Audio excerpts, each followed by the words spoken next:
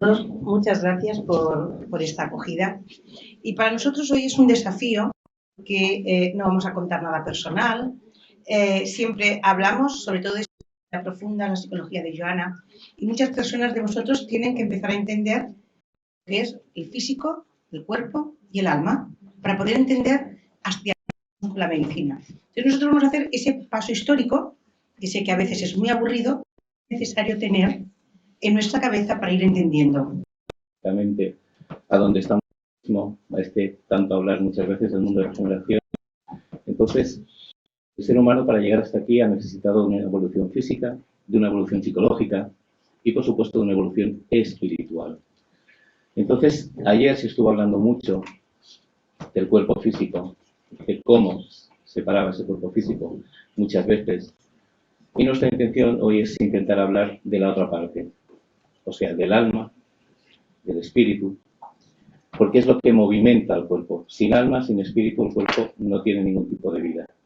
Entonces, lo que nos ayuda a crecer es cuando hay unión de los dos. Aparte que en el plano espiritual podamos aprender también, podamos trabajar, la intención es que entre los dos podamos como espíritus ir avanzando.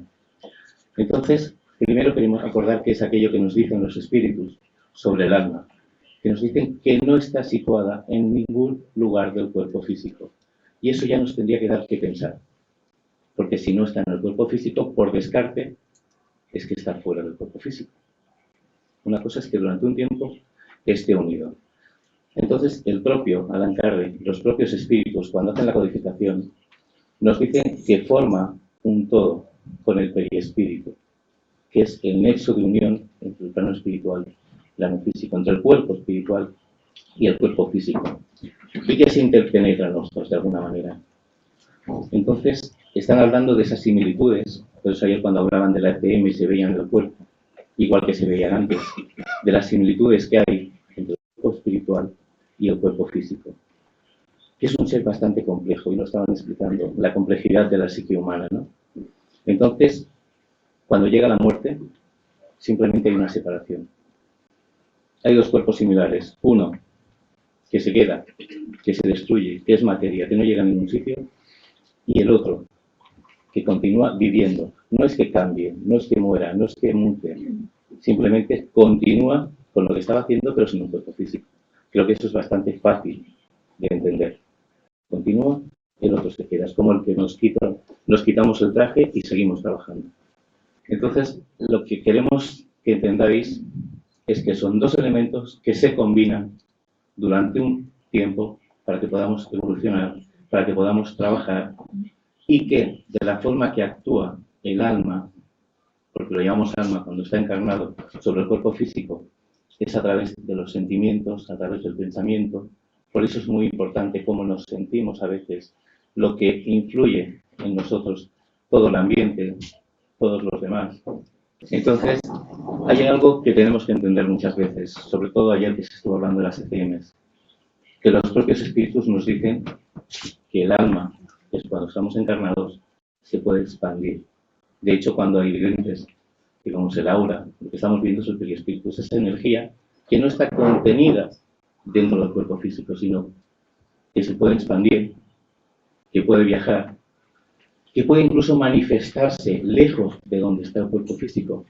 Y eso lo vemos, por ejemplo, si estudiamos la vida de San Antonio de Padua, que tuvo un desdoblamiento bastante importante. Uno importante de bilocación, pero tuvo otros también a lo largo de toda su vida.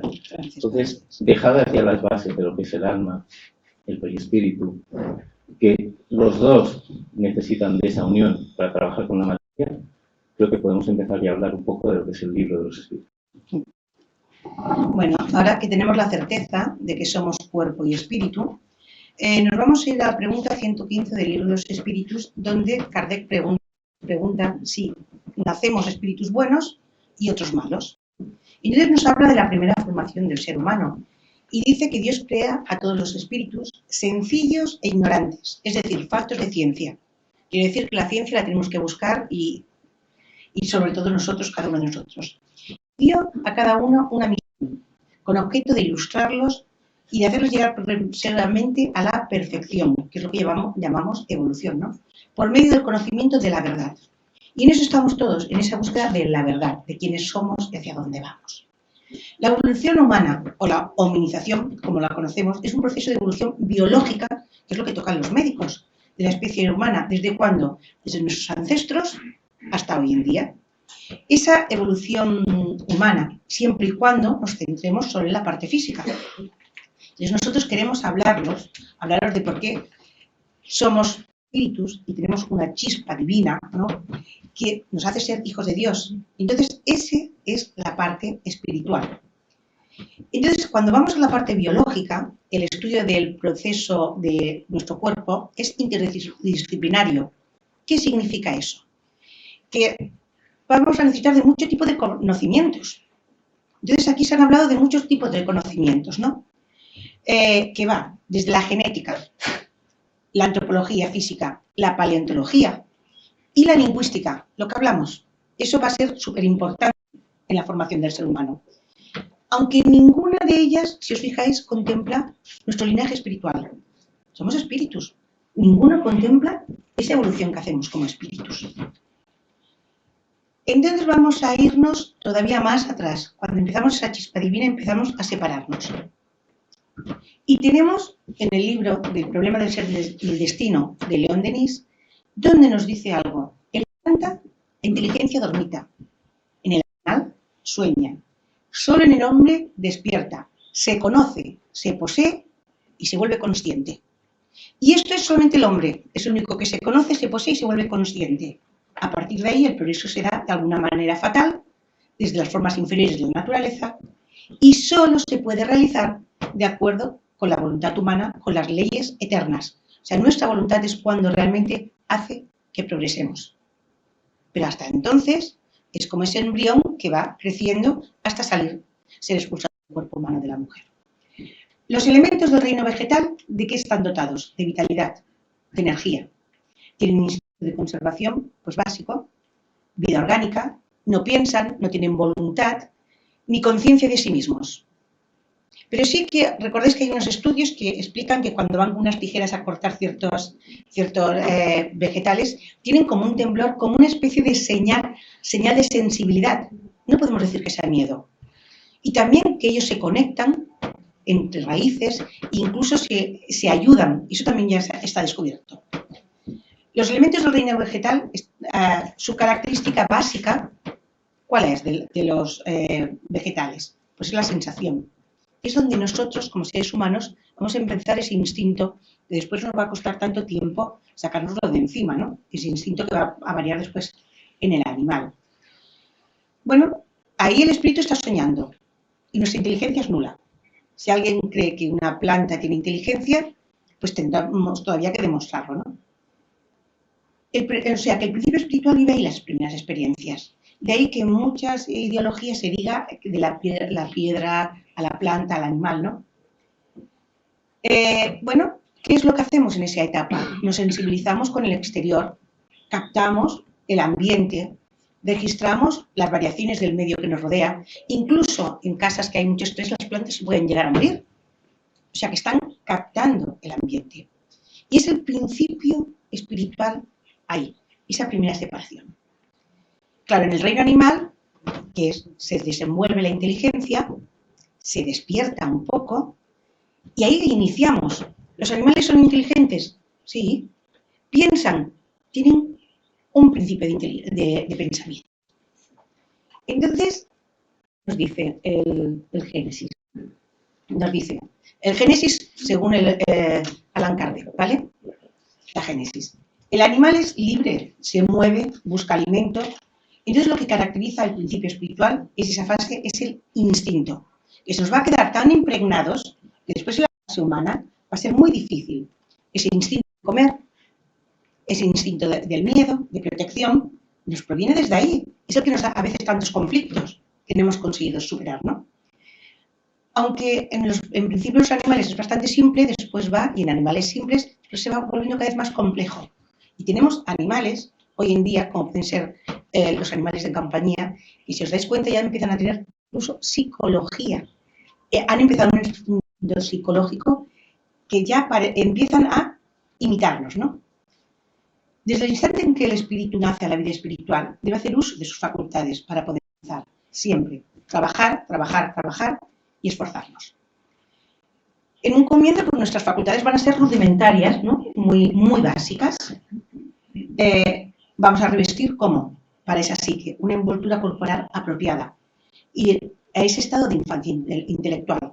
¿Os imagináis un niño en un cuerpo de un adulto? ¿A que no? Pues eso nos pasó exactamente lo mismo, ¿no? Entonces, a medida que vamos adelantando, sí, las fuerzas van aumentando y vamos dejando entonces las envolturas, cambio de envolturas físicas diferentes a medida que va cambiando nuestra psicología. ¿Qué es la evolución? Es la comprensión de las leyes naturales que rigen el universo y la humanidad en todos nosotros. Recordemos que los conocimientos de hoy, que son dominios de la ciencia, hace un tiempo atrás fueron hipótesis, incluso decían que eran mentira. O sea que el hecho de que hablemos de que existen y que tenemos un espíritu, o que somos un espíritu, hoy en día puede parecer una hipótesis, pero dentro de unos años ya será ciencia, ¿no? Y dirá, y estos primitivos que no creían que había espíritu, que todos éramos cuerpos, ¿no? De hecho, aquí hay científicos que quieren demostrar científicamente la mediunidad y demás, ¿no? Entonces, la evolución va a ser constante, no la vamos a poder ni obstruir, ni vetar, ni bloquear. Por ello que digan, ¿qué es la conciencia? Ah, yo no lo sé, ¿qué es el espíritu? Ah, a mí que me muestren, da lo mismo. Vamos a seguir evolucionando. Entonces, eso no nos tiene que preocupar, el que tengamos que demostrar. Serán los demás los que tienen que demostrar que no existen. El término humano, y vamos a ir a hablar del término humano, dentro del contexto en el que estamos hablando, estamos hablando de la especie Homo sapiens, que son los que estamos aquí, los Homo sapiens. Claro, pero no hace mucho tiempo compartíamos también la Tierra con otros homos. No somos los únicos que han poblado la Tierra, ¿no? Todas estas razas de homos eran astutas, ingeniosas, excelentes cazadoras. ¿Pero qué les pasó? ¿Por qué hemos sido los únicos que hemos sobrevivido? ¿Qué les ha pasado a los demás? Claro. El Homo erectus, por ejemplo, era más alto y más fuerte que nosotros. Entonces, ¿por qué hemos sobrevivido nosotros y ellos no? La respuesta más obvia, que dice la ciencia, es que porque teníamos los cerebros más grandes. Es una de las respuestas. Pero realmente la realidad es que lo que teníamos era más herramientas a nivel psicológico, ¿no? Uno de lo que teníamos de las adaptaciones que hizo el Homo sapiens es que combinó la compleja habilidad de planificar, o sea, de ver el futuro, desarrollar, sobre todo en esta sección frontal del cerebro, con el lenguaje. Sobre todo, o sea, el lenguaje nos ha dado algo que no nos podemos ni llegar a imaginar, lo que nos ha separado de los animales, porque podemos hablar cosas complejas, ¿no? Y esa idea, y transmitir esas ideas, que a veces son muy complejas, como son las emociones. Un animal no puede transmitir exactamente lo que le está pasando, aunque tiene un lenguaje. Entonces, la planificación, la comunicación, incluso el comercio, está entre los aspectos que permitieron el desarrollo de nuevas herramientas y armas. ¿Así se me oye? Que se difundieron rápidamente en toda la población. Aquí podemos entrever un psiquismo más desenvuelto que en el resto de los homos. Entonces, vamos a ver. Registros fósiles, yo me lo estoy yendo un poquito para atrás, indican que el Homo erectus, por ejemplo, elaboró la misma hacha elemental por más de 1 millón de años. Lo mismo. No planificó su futuro, era como niños. Luego la extinción estaba clara, ¿no? Nuestros ancestros, en cambio, los Homo sapiens, crearon armas más pequeñas y sofisticadas, como la lanza, y le trajo evidentes ventajas, ¿no?, a la hora de cazar y pelear. Y aquí entonces es cuando observamos el gran salto psíquico y el más importante, o sea, el ser humano tenía ya psíquicamente esa planificación del futuro, ya tenía ese lenguaje. ¿Fue el psiquismo el que ayudó a nuestros ancestros a superar día a día y a evolucionar? Pues claro que sí. Fue el crecimiento del psiquismo desde la planta hasta ese momento, cuando realmente el Homo sapiens, ahí es donde él realmente ganó ese psiquismo. Como habéis podido comprobar, hemos usado muchas veces la expresión psique, psiquismo, psicología, la vamos a seguir utilizando. Entonces, vamos a centrarnos un poco, a ver si entendemos qué es el psiquismo para poder entender esa evolución psicológica, esa evolución psíquica de la humanidad. Cuando hablamos de psiquismo, estamos hablando de la totalidad de las actividades psíquicas del individuo, no solamente de aquello que piensa, sino de sus emociones, de sus percepciones, de sus experiencias, las conscientes y las inconscientes. Muchos de los de aquí estamos prestando atención y hay muchas cosas que no sabemos que estamos viendo y que se están acumulando en nuestro inconsciente. Todo esto es lo que forma parte de nuestro psiquismo. Y es un concepto que se utiliza mucho en psicología. Por lo que han dicho esta mañana, veo que hay bastantes psicólogos aquí. Pues tenemos cuidado con lo que decimos. Entonces, comprender la complejidad de la mente humana, que es lo que intenta la psicología y su funcionamiento, es complicado. Porque cada uno de nosotros funciona de una manera totalmente diferente. Por eso explicar qué es la psicología, que es la ciencia, todos sabemos la definición, es la ciencia que estudia la mente y el comportamiento humano, es muy fácil de definir, pero es muy difícil de entender y de comprender. Porque aparte de eso estudia también los procesos mentales, los procesos emocionales, los procesos afectivos. Entonces ahí es donde entramos en que cada uno de nosotros tiene características totalmente diferentes. ¿Qué hace la psicología? Pues lo que hace es intentar encargarse de investigar, de analizar, de acumular la información sobre un individuo en concreto, para conocerlo, para poder en un momento determinado ayudarle. Entonces, ¿qué hace? Saber cómo piensa, cómo actúa, cómo reacciona, cómo se comporta con el entorno, dentro de los baremos que la psicología tiene. Entonces, lo primero que tenemos que hacer es saber la definición de las palabras. El otro día estuvimos debatiendo precisamente de una palabra que viene del latín, pero que también está en griego. Entonces, si no sabemos de dónde viene una palabra, nos podemos confundir. El tema de psicología, que viene de psico, que ahí sí viene de griego, está hablando del alma. Y logia, pues sabéis que es estudio. Entonces, la psicología es el estudio del alma, es la forma más sencilla de definirlo. Y no confundir con otras raíces que vienen de otras palabras. Entonces, cuando nosotros usamos libremente la palabra psicología, porque ya la oímos en televisión, la tenemos en las redes sociales, muchas veces no sabemos lo que estamos diciendo. La estamos utilizando sin el conocimiento debido. ¿Por qué? Porque si yo ahora mismo veo a alguien que está hablando y digo, uy, ¿qué psicología tiene esa persona? Que la usamos muchas veces esa expresión, supongo que todos la habéis oído.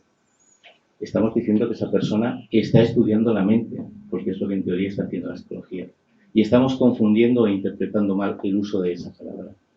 Eso no nos pasa solo con psicología, nos pasa con muchas palabras que no sabemos bien cómo utilizar, porque los propios espíritus en la codificación nos dicen que somos parcos de palabras, que nos faltan muchas palabras para definir muchas de las situaciones de nuestra vida. Entonces, por eso, para poder saber qué piensa otra persona, tenemos que hacer referencia a su psiquismo, que es el cúmulo de todo, no solamente aquello que está reaccionando en ese momento. Nos encontramos ahora mismo en una sociedad que va muy deprisa por las tecnologías, por todo lo que llega a nuestro alcance, por toda la información que vamos acumulando, y estamos en un proceso de entendimiento donde creemos que entendemos a la más mínima expresión. Cuando vemos algo ya creemos que lo hemos entendido, ya sea de política, ya sea de tecnología, ya sea de medicina. Entonces nos falta todavía profundizar. Pasamos por encima de muchas cosas y creemos que sabemos. Y la psicología lo que hace es intentar que nosotros profundicemos muchas veces en nosotros mismos. Hay tres conceptos básicos dentro de la psicología. Tenemos un congreso médico espírita, pues vamos a intentar centrarnos en esos tres. Esos tres conceptos son tres procesos que son... Me dejáis un momentito y me peleo con el puntero. Aquí. Son los procesos cognitivos, hemos puesto una pequeña definición, que es lo que me permite que yo almacene la información que recibo, que forme parte de mí. ¿Y cómo lo hago? A través de la percepción, de la atención, de la memoria, del pensamiento, del lenguaje, porque muchas veces no le damos la importancia que tiene el lenguaje. Yo le he explicado que si hemos evolucionado más que otros somos, también es gracias al lenguaje. Luego tenemos también los procesos que son afectivos, que eso sí que a veces le damos importancia porque cuando estamos deprimidos, cuando estamos mal, parece que esos son los procesos que más se notan, pero no. Esos son los procesos que me permiten sentir emociones, tener sentimientos. ¿Qué sentimientos? Amor, odio, ira, rencor, muchísimos.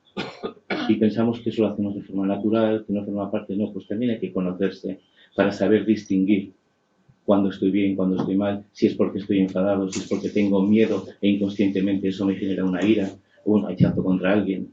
Es un tema de autoconocimiento. Y por último tenemos los volitivos.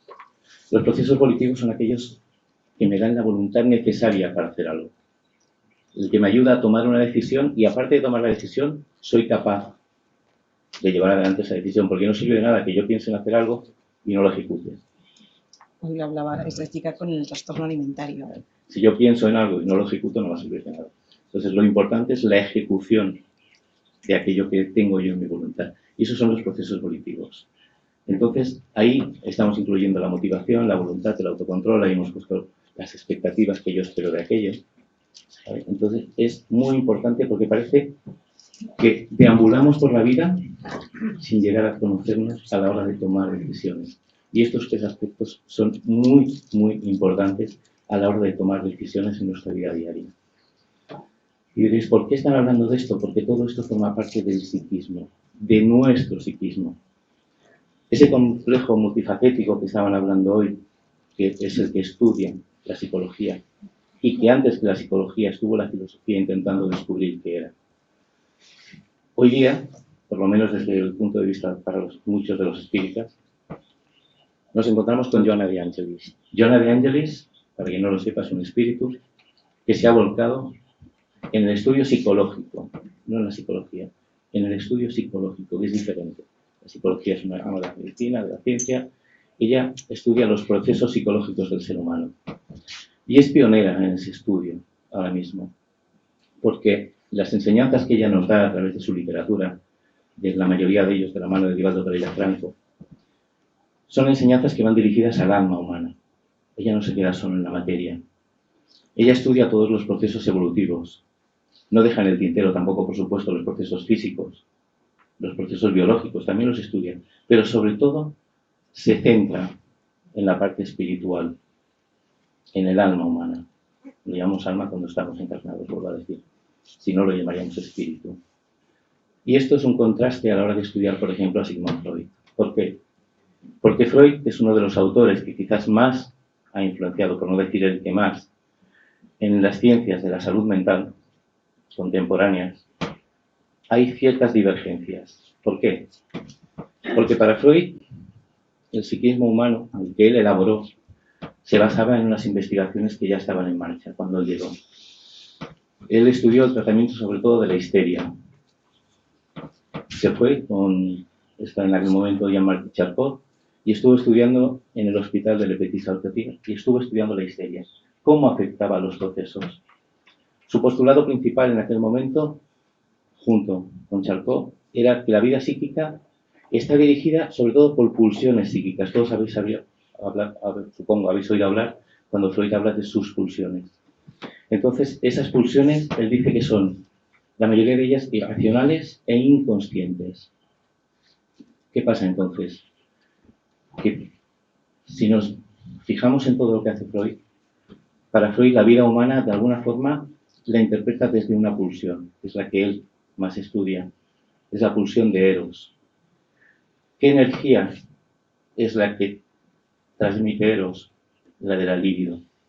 Entonces Freud le da, no diré todo, pero casi todo el peso de la carga a la sexualidad, olvidando muchos otros aspectos, o dejando de lado porque es lo que él quería hacer en aquel momento. Mientras que Joanna de Angelis está impulsándonos a todos a través del autoconocimiento, de la autoiluminación, de la conquista del self, pero también a través de la búsqueda de la propia alma, y nos da herramientas también para hacerlo. Lo que hemos ido consiguiendo a través de numerosas existencias, ella nos dice que, por muy malo que haya sido, nos ayuda a evolucionar. Nos dice que aquello en lo que nos hemos equivocado no son trabas, no es algo negativo, sino que son mejoras que tenemos que hacer para no volver a caer. Es una visión positivista. Me está ayudando, me está diciendo que cuando yo me he equivocado, tengo que aprender de ese aprendizaje para no volver a caer. Y lo hace a través del autoconocimiento del alma humana. Dice que nos tenemos que estudiar con cada acción, con cada pensamiento, porque no es lo que hacemos también, muchas veces es lo que pensamos. Entonces, si comparamos a Freud, de alguna manera, y a Johanna de Angelis, nos vemos que la teoría del psicoanálisis, que se centra sobre todo en la importancia de esos impulsos inconscientes, en esa influencia del desarrollo de la personalidad, de alguna forma Freud creía que venía todo de la parte de la sexualidad. Y se centró en estudiar lo que es el yo, el superyo y el ello, que también lo habréis oído si acudís a conferencias de psicología. Y para él, la causa de la mayoría de los conflictos, sobre todo la histeria, venían porque surgía un conflicto entre el yo y el yo y el superyo, había un conflicto, entonces ahí aparecía la histeria. Las neurosis. Y las neurosis. Entonces, por otro lado, tenemos a Johanna de Angelis. ¿Qué nos dice Johanna de Angelis? Aquí la dejaremos a ella sola en la imagen, no necesita ni de Freud ni de Jung. Ella nos dice que el estudio sociológico que ella nos va a proponer, que ella nos propone desde el año 64, que salió el primer libro de psicología, Mies de Amor, se basa en la espiritualidad. Y sobre todo en que el ser humano es un ser espiritual en evolución. Y esa evolución, como bien ha dicho Loli, no se puede detener. Queramos o no queramos, aunque conozcamos a alguien que decimos parece que camina hacia atrás, que cada día está peor, siempre evolucionamos, aunque sea muy poco. Nosotros no nos damos cuenta, pero cuando tengamos que dar testimonio de lo que hemos hecho, aunque sea un poquito, hemos avanzado. No hay que tolerarlo en nosotros, siempre avanzamos, aunque sea muy poco. Es imposible que vayamos hacia atrás. Esa es una ley. Entonces, Johanna lo que hace es enfatizar ahí la importancia del autoconocimiento, del desarrollo personal, de la búsqueda, sobre todo de la felicidad, a través de la conexión con el plano espiritual. Entonces... Eso que decían, todos somos uno, todos estamos unidos, ¿no? Esa es la conexión. Todos somos uno. Entonces, en cuanto a la diferencia de abordar las neurosis de uno y de otro, Freud lo interpreta, como he dicho, como un comportamiento de fijaciones del desarrollo, de alguna forma, psicosexual del ser humano. Mientras que Johanna nos explica que los obstáculos están para superarnos, están para ser mejores cada día, para aprender, para no volver a caer, para ayudarnos a progresar de una manera individual y también colectiva. Porque si yo avanzo, inconscientemente arrastraré a los demás también a avanzar. Entonces, es lo que ella nos está incentivando, nos está ayudando, nos da a través de la literatura. Además, hay una diferencia enorme entre Freud y Johanna. Johanna tiene en consideración un aspecto que Freud no tiene: la influencia de las vidas pasadas en la neurosis. Aquello que hemos hecho, ley de causa y efecto, karma, llamémoslo como queramos, nos influye. Porque nuestra vida es una. La reencarnación es un instante, pero lo que yo traigo de otras vidas me va a afectar. Entonces, eso es lo que nos dice Johanna. Hay muchas teorías diferentes de cómo funciona el psiquismo del ser humano y cómo nos afecta un poco en el comportamiento que tenemos cada día. Y la pregunta sería entonces, la psiquis de la que tanto estáis hablando, el psiquismo de lo que estáis hablando, ¿qué es? Pues es la combinación de todo lo que estamos hablando, de esos tres procesos que hemos hablado, pero también las experiencias, también cómo convivimos, cómo compartimos con los demás la información que recibimos, cómo utilizamos y cómo almacenamos esa información, que es lo importante, porque dos personas pueden ver la misma situación y, sin embargo, asimilarla de manera totalmente diferente. Entonces, esa es la importancia del autoconocimiento. Y entonces hay algo muy, muy importante, que si somos una vida continua, la psiquis, ¿cuándo se inicia? Sí, bueno, vamos a ver. Cuando hablamos del inicio de la vida psíquica, que hemos hablado de esa separación del todo, pero hay un momento en que nosotros vamos a formar pensamientos, el lenguaje, ¿no? Entonces, en la psicología tradicional nos dice que el nacimiento de la vida psíquica empieza en la vida intrauterina, con los ruidos, los sonidos y el afecto de la madre, ¿no? O del exterior. Pero eso es solamente una parte de la verdad. pues como espíritus inmortales hemos ido adquiriendo desde nuestra creación esa psiquis. O sea, ahí tenemos otros rasgos, seguimos creciendo, pero no es nuestro principio. Y por eso antes hemos hablado de León Denis con la frase de la creación hasta que nos conquistamos y nos conocemos, ¿no? La evolución del espíritu desde su creación hasta llegar a la individuación, a ser individuos únicos, es un proceso para nosotros lento, que pasa miles de años, ¿no? Y vamos pasando por diferentes etapas, donde nos vamos conquistando poco a poco nuestra individualidad, donde nos salimos de la masa, del todo. Aunque seamos seres sociales, hay un momento que las diferencias serán grandes. Aunque todos estemos en el mismo pensamiento, cada uno será un ser único, ¿no? Entonces, en el libro de los espíritus dice que la inteligencia y el pensamiento son facultades propias de ciertas especies orgánicas, refiriéndose a los animales, ¿no? Y entre las dotadas de inteligencia y de pensamiento hay una dotada de un sentido moral especial, que le da incuestionable superioridad sobre las otras. Y somos la especie humana. O sea, sentido moral solo tenemos la especie humana. Claro, la evolución psíquica de una persona tiene que ver con ese desarrollo del sentido moral también, en relación con el entorno, con esos aprendizajes, con la serie de conocimientos que tiene cada persona.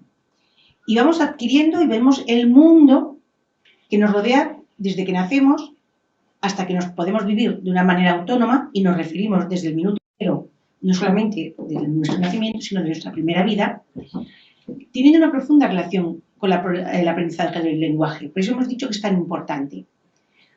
Porque él es el que nos va a poder ayudar a comunicar, como estamos haciendo aquí, las ideas más complejas, ¿no? Y ideas abstractas, amor, sentimientos, angustia, y también pensamientos no abstractos, matemáticas, esto, lo otro, ¿no?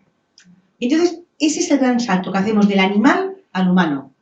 Es conquistar un pensamiento racional, poder evolucionar psíquicamente, y a más tenemos todo lo que hemos dicho. Claro, pero nuestro principio primigenio, ¿dónde empieza?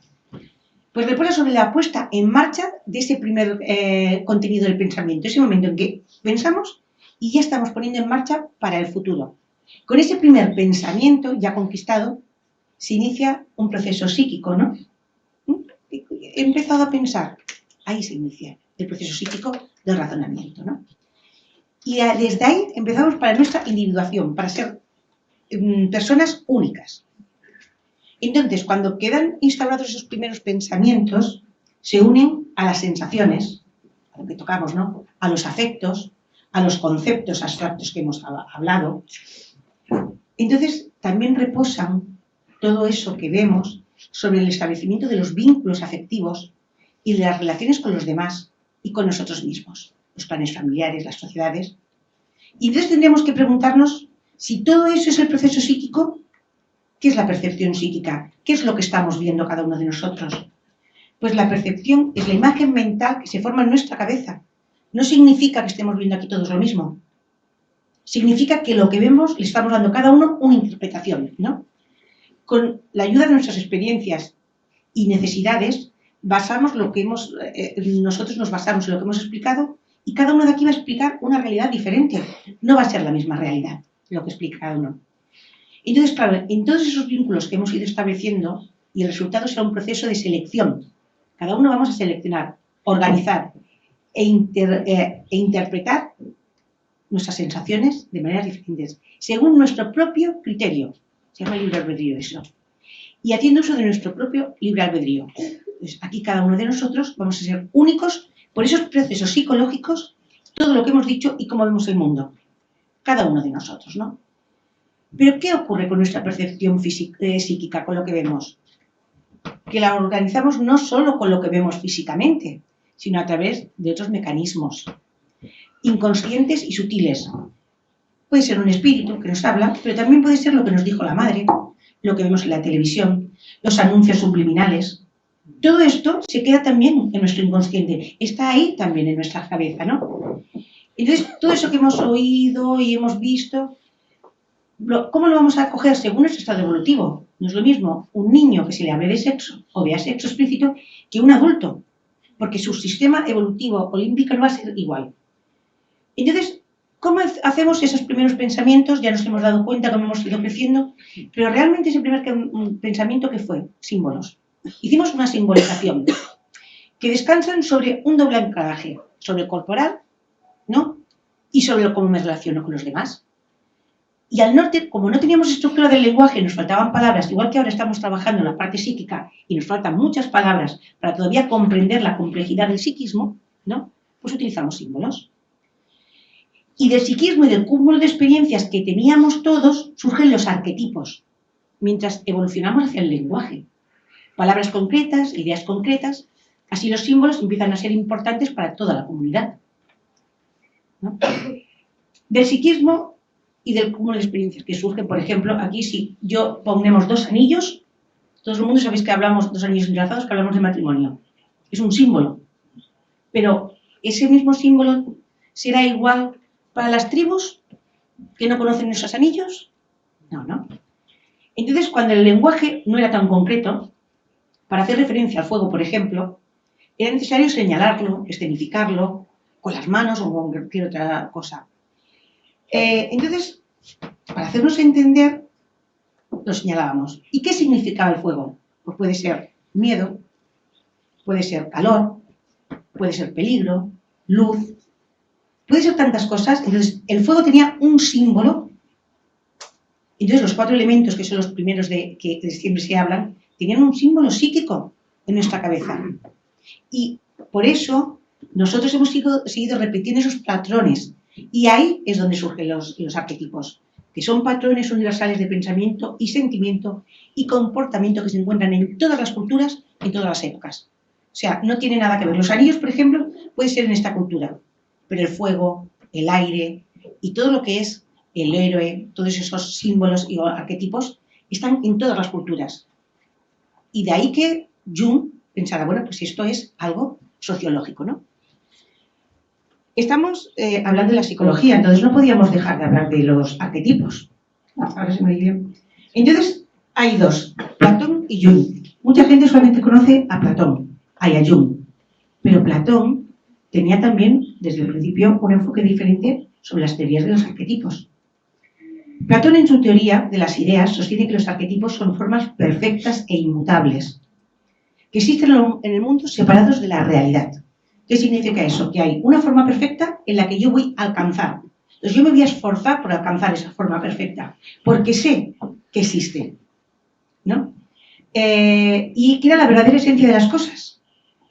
Los seres humanos pueden, y decía que el ser humano solamente podía alcanzar ese conocimiento limitado a base de ¿qué? De la razón y de la contemplación. O sea, razonando el fuego que hay más allá, habrá un fuego perfecto, un fuego en el Olimpo, ¿no? Entonces, para Jung, concebía los arquetipos como patrones universales y símbolos. No era exactamente igual que Platón, ¿no? Que residían en el inconsciente colectivo de la humanidad. Pues la gran mayoría es lo que conocéis. Estos arquetipos son heredados y compartidos por todas las culturas y se manifiestan a través de símbolos, mitos y motivos recurrentes en el arte, en la religión, en la literatura. Caperucita Roja, por ejemplo, es un mito también, ¿no? Jung sostiene que los arquetipos son fundamentales para comprender la psique humana y que influyen en el comportamiento, las emociones y la percepción de la realidad. Y nosotros también estamos de acuerdo en eso, ¿no? En resumen, mientras que Platón concibe los arquetipos como entidades abstractas y perfectas que existen fuera de la realidad física, Jung los ve como patrones simbólicos que residen en el inconsciente colectivo y que influyen en la psique humana, que después irán al inconsciente personal. Pero entonces volvemos a Johanna de Angelis. ¿Qué nos dice Johanna de Angelis de los arquetipos? Pues se refiere a los dos, a los patrones de comportamiento y emociones y pensamientos que son comunes a la experiencia humana. Dice que efectivamente, que hemos creado esos patrones, ¿no? Que esos arquetipos, ella los ve también como modelos universales que influyen en la psique humana. Es una influencia bastante importante.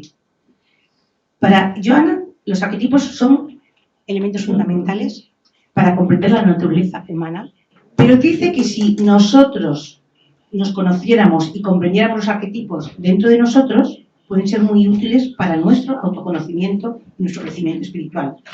¿Y la superación de qué? De conflictos internos. Porque esos arquetipos inconscientes que tenemos cada uno de nosotros puede ser que nos estemos llevando a nuestra vida diaria y nos esté dando una serie de conflictos que no conocemos o que no entendemos.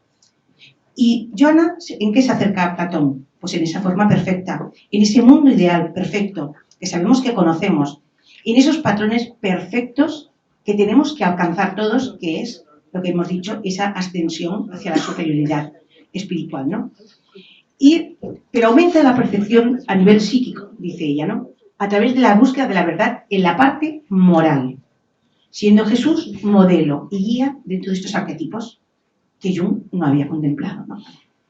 Todos tenemos acceso al mismo tipo de arquetipos y estos pueden influir en nuestro pensamiento y comportamiento.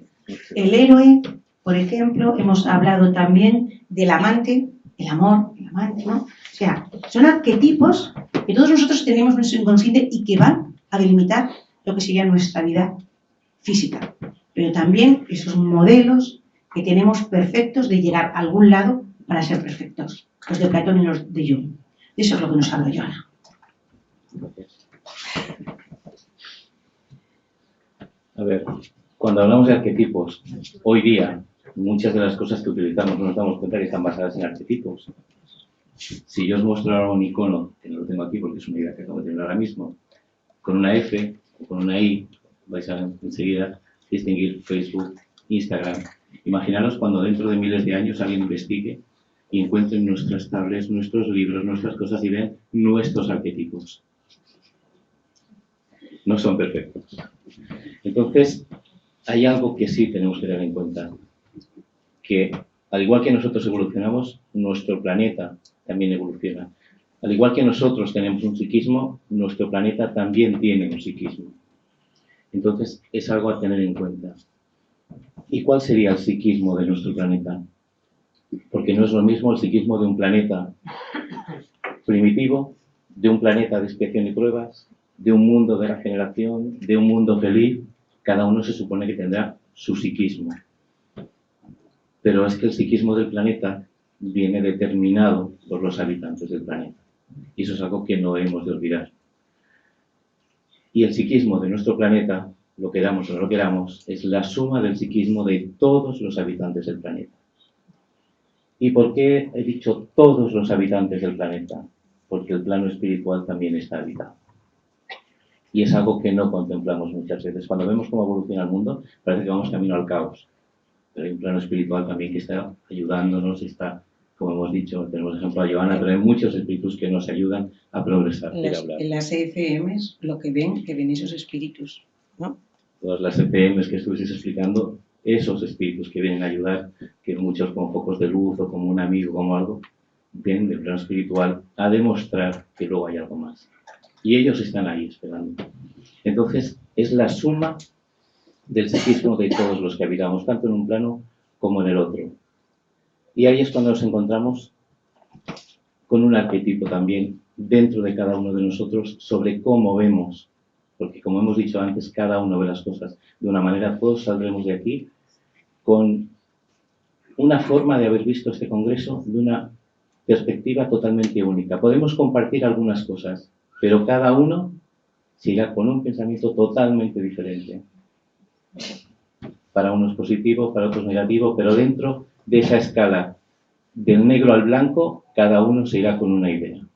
No somos iguales. Entonces, en nuestro planeta pasa lo mismo, que tenemos ese arquetipo de planeta dentro de nosotros y cada uno tiene el suyo. Y aquí es donde deberíamos distinguir en algunos momentos que sí que son cruciales en la vida de nuestro planeta y que todos llevamos ese arquetipo dentro, para conocer, para saber, para poder manifestar muchas veces. Uno de esos momentos fue el momento anterior al Big Bang, a ese famoso Big Bang donde surge todo. Antes del Big Bang hubo una preparación o una antepreparación de todo lo que es el psiquismo futuro del planeta, del sistema, de todo lo que se iba a formar. ¿Quiénes estaban ahí para hacer eso? Nos dice la literatura espírita. Y nosotros por lo menos creemos en eso, que Jesús con algunos colaboradores que estaban ahí, formando y mostrando lo que era necesario para formar todo lo que después íbamos a necesitar. Para que todo fuese propicio para la evolución de esos futuros habitantes, no hablo de nosotros, hablo de los futuros mundos habitados, de otros planetas, de todo lo que hay en el universo. Ahí se estaba empezando a formar. Y entonces ahí se empezó a surgir, lo he hablado antes del psiquismo del ser humano, ahí empezó a surgir el psiquismo planetario, el de nuestro planeta. Y ese pequeño gran momento que hemos olvidado está inconsciente en nosotros. Todos cuando pensamos en ese Big Bang, de alguna manera pensamos en algo grandioso, sin saber muy bien qué es. Pero a todos parece que nos mueve algo, ¿no? Porque es un momento muy importante dentro de nuestro propio arquetipo. Entonces, ahí hubo una preparación para nuestro planeta. Y yo lo que puedo deciros es que ahí veo algo muy, muy importante. Lo que vino después. Un segundo arquetipo que tenemos, que es cuando Él encarna. Cuando Jesús encarna, viene a incentivar un cambio en nuestro planeta, un cambio que se está produciendo ahora, a un mundo de regeneración. Empezó con la venida de Jesús a mostrar cómo debía ser el nuevo ser humano, el nuevo homo. Hablaremos también de un nuevo homo. Entonces, cuando surge esa preparación, esa antepreparación del Big Bang, cuando están Él y una serie de espíritus, no Él solo, preparándolo todo, haciendo una analogía con lo que tenemos hoy en la ciencia, con la inteligencia artificial, con todo el miedo que tenemos a lo que está surgiendo, vemos que Jesús es el gran maestro del diseño inteligente. Porque ahí estaba preparado todo para que fuese produciéndose de manera automática con todas las necesidades que podían surgir. Que no es determinar el camino de todos, es prever que tengamos todo lo que podamos necesitar en un momento dado. Imaginaros 10 minutos. Bueno, yo para 10 minutos no me quedo. Bueno, pues vamos entonces a avanzar un poquito. ¿Vale? Cuando se formó el mundo, las formas que conocemos, las plantas, los animales, todo no tenía nada que ver. Imaginaros vivir ahora con dinosaurios, con plantas enormes, no podríamos. Entonces, todo ese proceso es lo que llamamos diseño inteligente del universo. Ahí es donde se empezó a habituar también los primeros antropoides que se fueron diseminando por el mundo, que se fueron enfrentando a climas totalmente diferentes, cada uno en una parte del mundo, y surgen las diferentes razas que la conocemos por adaptación física y psicológica a cada una de las zonas del planeta. Ahí también estuvo la espiritualidad ayudándonos, desde el hombre de sílex, cuando descubre el cuchillo, las piedras para poder hacer esa arma. Todo eso son inspiraciones que nos vienen desde el plano espiritual. Y hay un momento muy significativo, que también es con la venida de aquellos que llamamos capelinos, exiliados de Capela, que da un impulso muy grande. Y es cuando ahí surge el Homo sapiens. Como no me dais tiempo, la dejo hablar a ellos.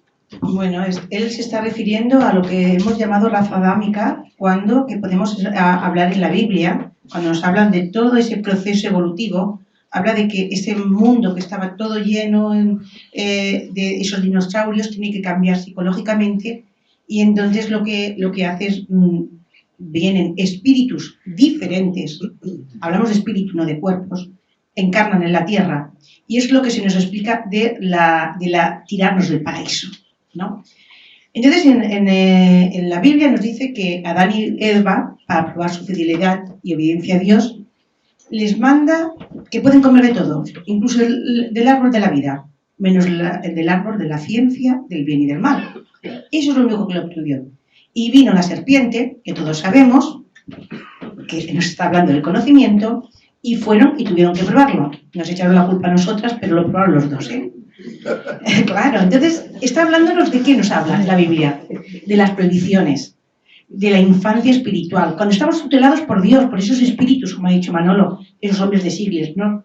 De las restricciones, no hagas esto, del árbol de la vida, para prepararnos eternamente, es ese espíritu inmortal que sabemos que somos y que estamos siendo tutelados. O sea, ese hombre de sílex, ese hombre que va reencarnación tras reencarnación cogiendo esa psique, ¿no? Pero claro, cuando comemos del árbol de la ciencia del bien y del mal, entonces empezamos a distinguir realmente, empezamos a razonar, ese punto de razón que hemos dicho, y dejamos de vivir en el paraíso de la inconsciencia y de la no responsabilidad. Entonces empezamos a ser responsables de nuestros actos. Porque fijaros que también dice en la Biblia, hay un momento muy bueno que dice, el ser humano ha llegado a ser como uno de nosotros, pues tiene conocimiento del bien y del mal. No vaya a ser que se extienda su mano y también tome del fruto del árbol de la vida. O sea, que inconsciente viva continuamente. Entonces vamos a darle un cuerpo para que ellos se vayan situando. Entonces nos damos cuenta de que estamos desnudos. Hablamos de sexualidad, ¿no? De juzgar los hechos, si son buenos o son malos.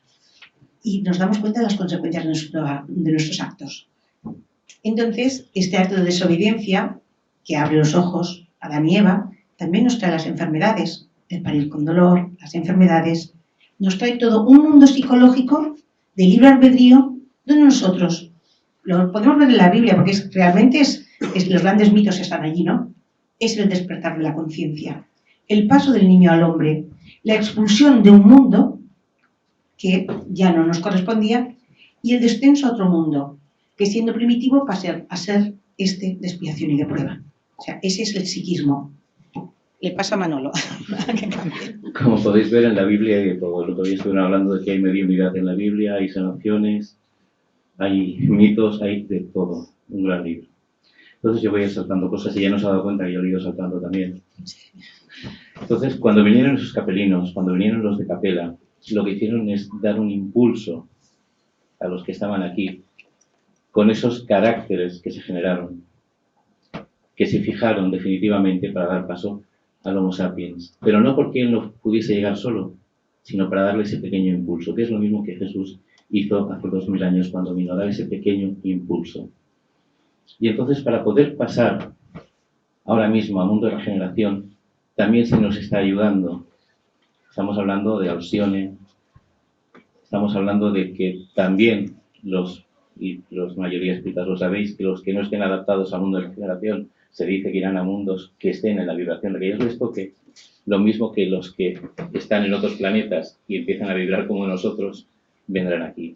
Entonces, eso es algo que sucede muchas veces entre planetas. Es un tema de vibraciones, como que cambian de país, como emigran de un lugar a otro, pues planetariamente también hacemos lo mismo.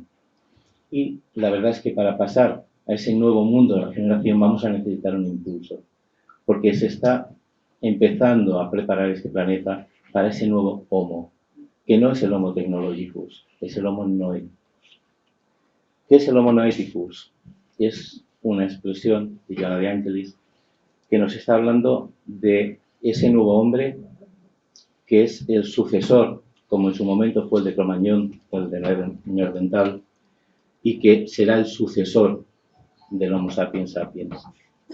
Será el hombre conciencia, aquel que pensará antes de actuar, aquel que mirará por el bien propio y por el de los demás. Y es una realidad, solo tenemos que ver los niños que están naciendo, cada vez son más espirituales. Ya no es porque nazcan con los ojos abiertos, no, es porque verdaderamente, espiritualmente, son más conscientes. También son más rebeldes, pero porque el espíritu en sí, tenemos esas ganas de cambiar el planeta, ganas de cambiar nosotros mismos. Y hay una transformación radical en la conciencia del ser humano ahora mismo. Es lo que va a caracterizar al Homo noeticus. Es un movimiento que va a llegar desde el egocentrismo, que es lo que tenemos nosotros ahora, para que el Homo noeticus nos hable del dioscentrismo. Es lo que tenemos que llegar a instaurar en nuestro planeta. Vamos a velocidad, ¿eh? Vamos a velocidad porque, bueno, al ser dos siempre nos alargamos de más, ¿no? No estamos al final de una era, como se dice, sino al principio de una nueva era psíquica, ¿no? Y recordar que el mundo es multidimensional, entonces podemos vivir en la franja que queramos, o en lo más elevado, ¿no? Una evolución, ¿no? Por aprendizaje, por comprensión, o mediante experiencias dolorosas. Bueno, pues porque el hombre conciencia va a tener que pagar todo lo que ha hecho. Entonces, la primera opción, que es aquella de aprendizaje y de comprensión, nos lleva a la creación de un mundo pacífico y pleno de abundancia y florecimiento. Mientras que la segunda opción, ¿a qué nos va a llevar? Pues sometidos al sufrimiento, a un mundo violento y catastrófico, que es lo que estamos viendo, esas diferencias tan grandes. Entonces, estamos en esas dos opciones ahora en el mismo espacio-tiempo, pero crean diferentes realidades para quienes habitan en ellas. Estamos hablando de un mundo dual, en este mundo que estamos haciendo. Entonces, ha pasado miles de años desde que hemos empezado esa evolución antroposociopsicológica. Y por fin, el ser humano entiende las leyes, o sea, aquella verdad que nos dice para que encontréis, ¿no?, esa evolución. Las leyes cósmicas que rigen la vida y que ayudan a alcanzar las metas intelecto-morales, haciendo que sea para él más fácil adquirir el equilibrio necesario para despertar a la nueva realidad. Y entonces ya estamos acabando, espera un momentito. Entonces nosotros, ¿os acordáis de Homero, de la Ilíada? Homero en la Ilíada hablaba de la vuelta a casa, del regreso a casa. En ese regreso a casa, el héroe pasaba por muchísimas dificultades, pero siempre estaba la mujer, Penélope, esperándolo, ahí tejiendo y pasando muchas dificultades. Entonces se centraba en el sufrimiento de la mujer, el héroe. Arquetipo. Un arquetipo. Pero Constantino Cavafis hizo una poesía cambiando, porque al principio lo que hablamos es, nos hemos ido del mundo del paraíso y todos queremos volver de nuevo al paraíso. Pero ese paraíso en el que vamos a volver, como psicológicamente hemos cambiado, no nos va a servir ese mismo mundo. No va a servir si yo vuelvo a Capella, vuelvo a donde sea. No va a servir, porque yo ya he ascendido psicológicamente. Y entonces realmente este poema de Cavafis es con el que nos gustaría que lo lea Manolo. Sí, sí. No, léelo tú. Bueno, pues ha sido un placer, muchas gracias. Dice, cuando partas en dirección a Ítaca, que tu jornada sea larga, repleta de aventuras y plena de conocimiento. No temas a Laistregones ni Cíclopes, ni al furioso Poseidón. No los encontrarás durante el camino si no los llevas dentro de tu propia alma y si tu alma no los coloca delante de tus pasos. Espero que tu camino sea largo, que sean muchas las mañanas de verano y que el placer de ver los primeros puertos traiga una alegría nunca vista. Procura visitar los emporios de Fenicia y acoge lo que allí sea de mejor. Ve a las ciudades de Egipto y aprende de un pueblo que tiene tanto que enseñar. No pierdas a Ítaca de vista, puesto que llegar allí es tu destino. Pero no apresures tus pasos. Es mejor que la jornada demore muchos años y tu barco solo ancle en la isla cuando tú ya estés enriquecido con lo que conociste en el camino. No esperes que Ítaca te dé más riquezas, porque Ítaca ya te ofreció un hermoso viaje. Sin Ítaca jamás hubieras partido. Ella ya te dio todo y nada más puede darte. Si al final tú crees que Ítaca es pobre, no pienses que ella te engañó, porque tú te hiciste sabio y viviste una vida intensa, y este es el significado de Ítaca.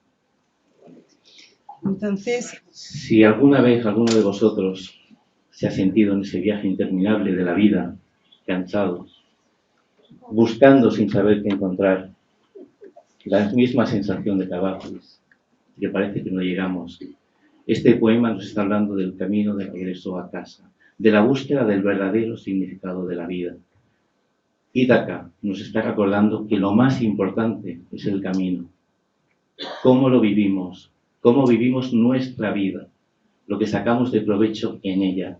No sirve de nada vivir 10, 100 o 1000 años si no los hemos aprovechado. Entonces, como decía Loli, hemos sido expulsados de un paraíso y muchos anhelamos volver a ese paraíso, pero hemos crecido. Ese paraíso ya no es esa imaginación que nosotros tenemos, el recuerdo de aquella comida infantil que cuando la probamos de adultos ya no es lo mismo. Ese paraíso ya no nos espera. Entonces, nuestro nivel de conciencia ha crecido. Hemos de crecer nosotros, hemos de realizar nuestro propio Ítaca. Vida tras vida, reencarnación tras reencarnación, aprovechar todos los momentos, aprovechar nuestras decisiones al máximo, aprovechar nuestro libre albedrío. Somos conscientes de lo que hacemos, no de lo que nos dice otro que hagamos, de lo que hacemos. Entonces es verdad que tenemos más experiencias, más dolores, más lágrimas, pero también somos mucho más sabios y mucho más evolucionados. Y como estamos en un congreso médico, no podemos evitar decir que para que este camino sea provechoso, hemos de cuidar el cuerpo, pero también hemos de cuidar la salud psíquica. Muchas gracias a todos.